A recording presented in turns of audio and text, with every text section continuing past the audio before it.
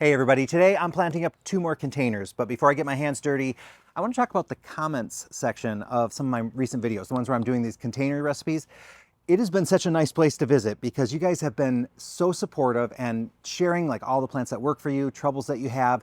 It's been very, very nice because on YouTube, sometimes the comments aren't very nice, and I just love that all the nice people are coming to my party and leaving comments.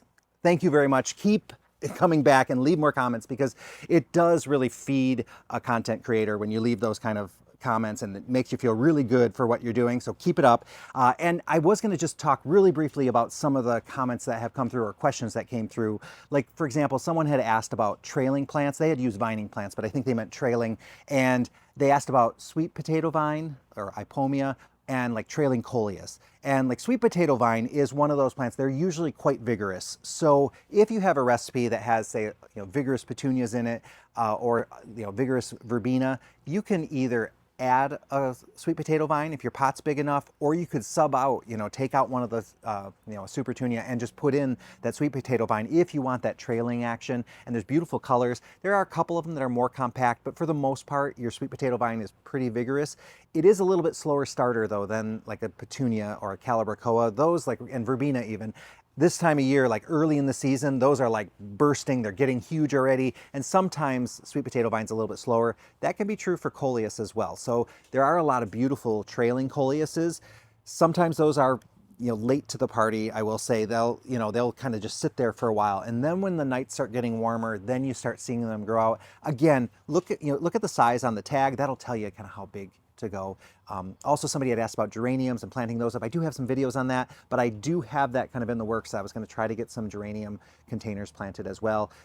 There's a lot of other questions and comments that you guys have had, and please, thank you for understanding that I am in northern Michigan. So when I'm talking about my experiences, I am speaking about that higher northern climate. We're above the 45th parallel, and a lot of you, I think, seem to understand when you're from Texas or Arizona and stuff, you're like, oh, a little bit different down here. And it is true. You do have to consider that if you're in a warmer climate. So now let's dig in. So the comment about the trailing plants kind of got me thinking about vining plants, because they use the word vining. And vines, I have a love-hate relationship with vines. It's one of those things where they can be really extraordinary, but they can be just bullies. They can be brutal. They can just take over a pot if you're not careful. And so the important thing when you have a vining plant is understanding its habit. Its goal is to either climb up something or, crawl out and keep going. And it's important that if you want to have some control on it, that you give it something to climb. So that might be vertical. So, if you have like a lot of people will put it against, like if they have a split rail fence or a chain link fence, you let it grow up, that does its thing. The only thing with annuals that do that is when it's dead and done for the season, you end up with all these vines that you have to try to remove. So it can be a little bit messy. Other people have trellises. Those are usually easier to kind of clean up. Other ways is just training them up. So even, I know for a while, Proven Winners had a big demo or a how-to of building like a wall where you kind of have this frame, and then they just have wires or cord or string, and then the plants will try and climb up those. And sometimes people do more lateral wires or cords across. Other times people do more of the bean pole up and down kind of thing. So there's a lot of different ways to do that. When you're doing a container, you want to have something in there. Now, like last year, we had one of our big driveway pots, and we put the coconut appeal thumbergia. That's a black-eyed Susan vine. We put quite a few in there. I think we put at least 4. Had no idea that was going to be one of the most aggressive thumbergias or black-eyed Susan vines that we had ever seen. This thing was insane. It overtook a Supertunia Mini Vista yellow, which I didn't think was even possible, and it definitely did. And that one we had put around the edge, and the idea was that it was going to go over the edge and cover the pot, and it definitely did that. It went down to the ground and started kind of crawling outward. It looked pretty cool and definitely hid the pot. And I don't know if my pictures that I have from the end of season, but I know I have some from mid-season. But the only thing is that we kind of neglected it. It was one of those pots that we just didn't take any care of it. We just put it out there, and then it was probably August, and we were like, oh, we should probably pay attention to that, because it was starting to take over. It was invading in on that Supertunia. It was just going inwards. If we wanted that to have the effect that we wanted, we do need to go in there and just kind of snip them off every once in a while, and that works pretty well. I do want to show you though some of the problems that you can have. I have some right over here that you really need to know. So for example, this is one in a pot, and this is an elephant ear, and then there's some calibrachoa, and there's a couple different plants in here. But the black-eyed Susan vine is coming up here and it is wrapping and wrapping and wrapping. I do not want that to happen. So what I could do is I could trim it right down there, or I can unwind it, because I mean, yeah, it looks cute. Look at how they're kind of hugging each other and look how friendly they are. But the truth is that this black-eyed Susan vine could start choking it out. It could make it harder for this leaf to unfurl and I could have deformed leaves. And so now I've undone it. And this isn't one of those that latches on, it just wraps around. So now I can train it in whichever direction I want. So it looks like on this one, like they're going over the edge over there. None of them are going over the edge over here. So I'm going to train it to just kind of come over here. That way it's going to create a nice little skirt. It's pretty darn easy to deal with that. And here's one of the flowers of it too, really beautiful. That's the coconut appeal. So this is just something you do need to keep in mind, and you're going to want to keep making sure that it pulls away. I'm looking at this here. Are there other spots? Not too bad.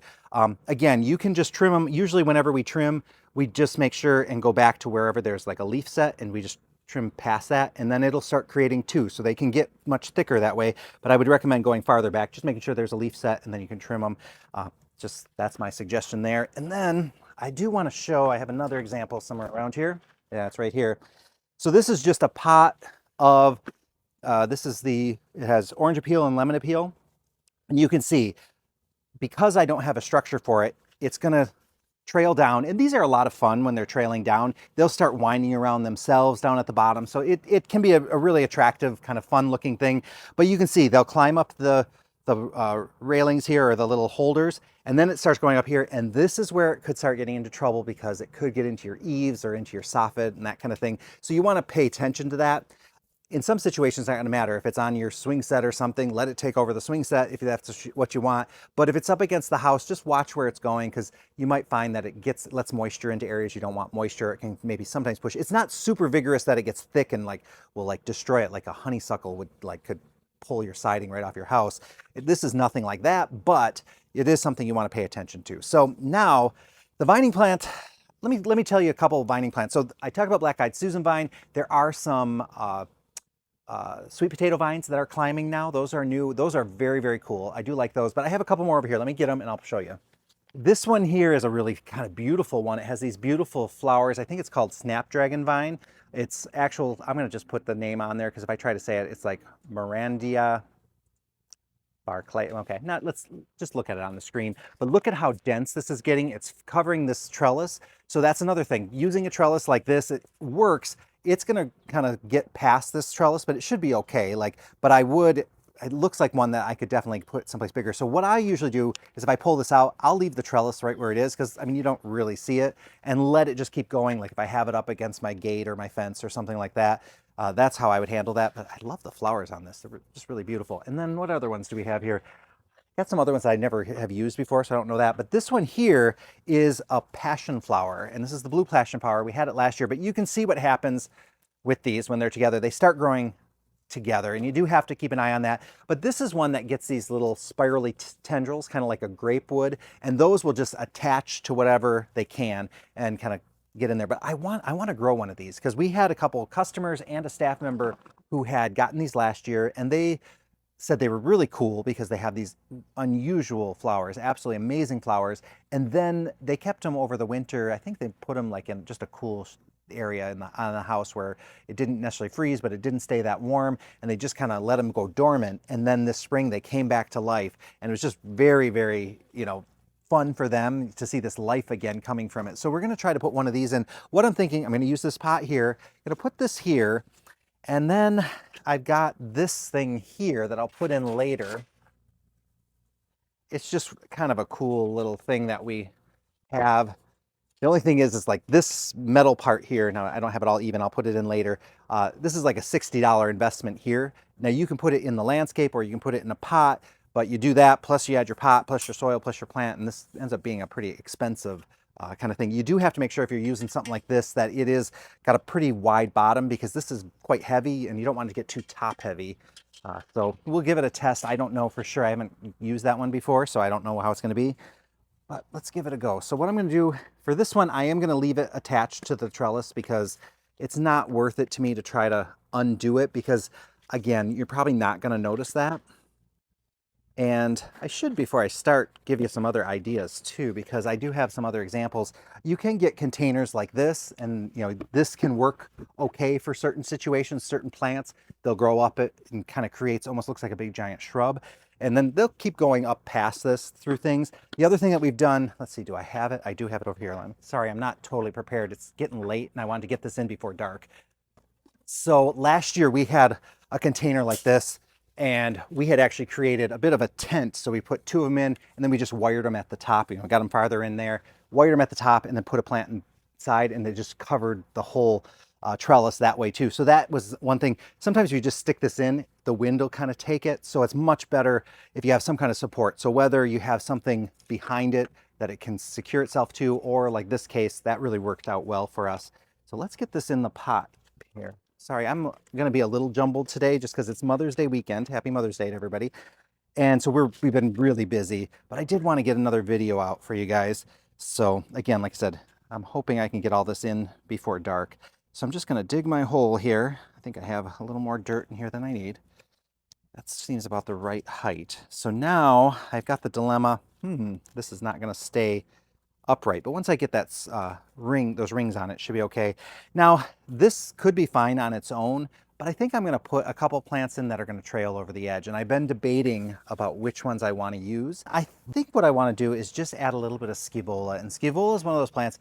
It's kind of a no-brainer. It's almost foolproof.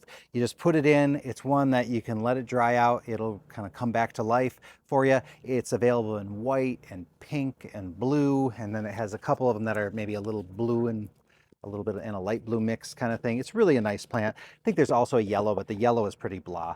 I'm going to be honest about that. So I'm just going to put 3 in here. At first I was thinking I might put 4, but I don't think I need to. And I want, this passion flower is a decent size. So I'm just going to kind of even them out, evenly space them within this pot, get them in there. And then I'm going to work on getting that metal ring around. That might be a bit of an adventure. So let me get this in, and then we'll work on that trellisy ring thing. So this variety of scaevola, it's the Surdiva, and this is the Fashion Pink. And I find that the color on this Fashion Pink is one of the nicest pinks out there. Now the Surdiva variety is not the most vigorous. There's a lot of other ones that are a little bit more vigorous than this one, but I find it's a good enough size to be really nice that it goes over the edge of the pot. It's not one that's going to trail all the way down. It's not one that's going to have big arms that go out 2 or 3 feet, but it's definitely enough for what I need it to do. So I'm happy with that. And I think these are, I'm kind of doing a sloppy job because I really am running out of daylight right now. So I'm going to just do the best I can here. And now for the hard part, this might be a 2-person job actually. So let's see how well I do this without destroying my plants. I'm sure if I would have done this before, I would have all kinds of tips for you on how to easily get this in, but unfortunately I did no practice run. Again, it's Mother's Day weekend. I'm not going to have much time to do stuff. So let's see. I don't think I'm smashing any plant here, so that seems like it's okay. This doesn't seem super secure.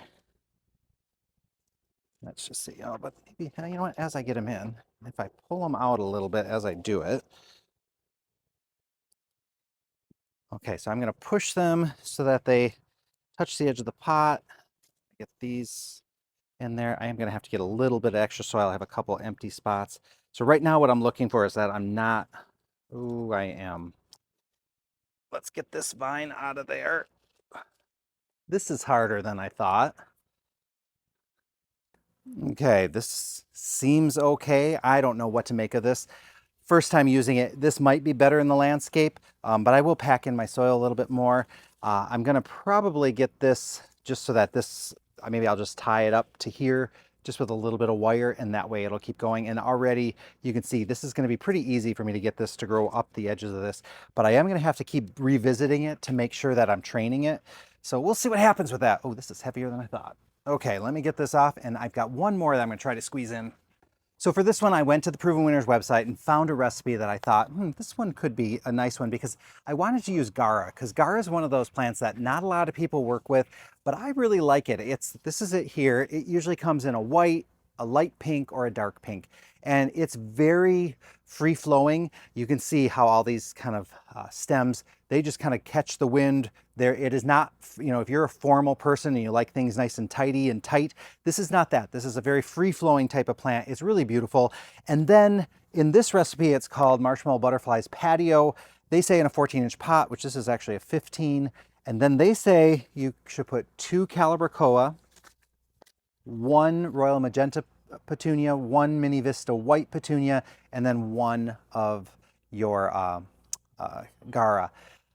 I don't want to go with that many plants in here. I just think that's a little bit too much, especially for this size pot. Especially we got this nice thriller in here, and Gaura is actually a lot of times zone 5. It can be a perennial here, so a lot of times if you put it in your landscape, it will come back, or if you have your pot in a protected area, it does come back. What I'm going to do is I'm going to put my Gaura more, instead of having it as a center, I'm going to put it towards the back, so that way I have room for my other plants in here.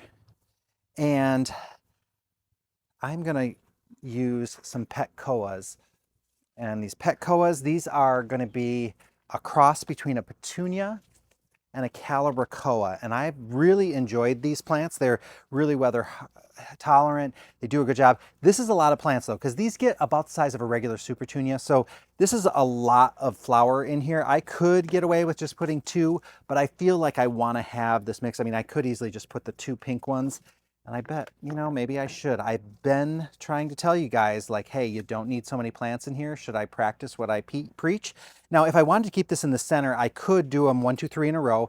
I've shown some examples of how if you wait an extra couple weeks, they will kind of fill out and you won't notice that they're all in a row. They'll look like everything surrounds each other. So maybe I should do that just so you can see it. And then maybe I can do some progress videos later on so you'll be able to see what I mean at how eventually this all fills in. So let me get these in like this. And for people who, you know, like things, let's say even, or don't like to see soil, this drives them crazy. I know there's those of you out there who just are like, oh, I can't leave that big bare spot there in the front.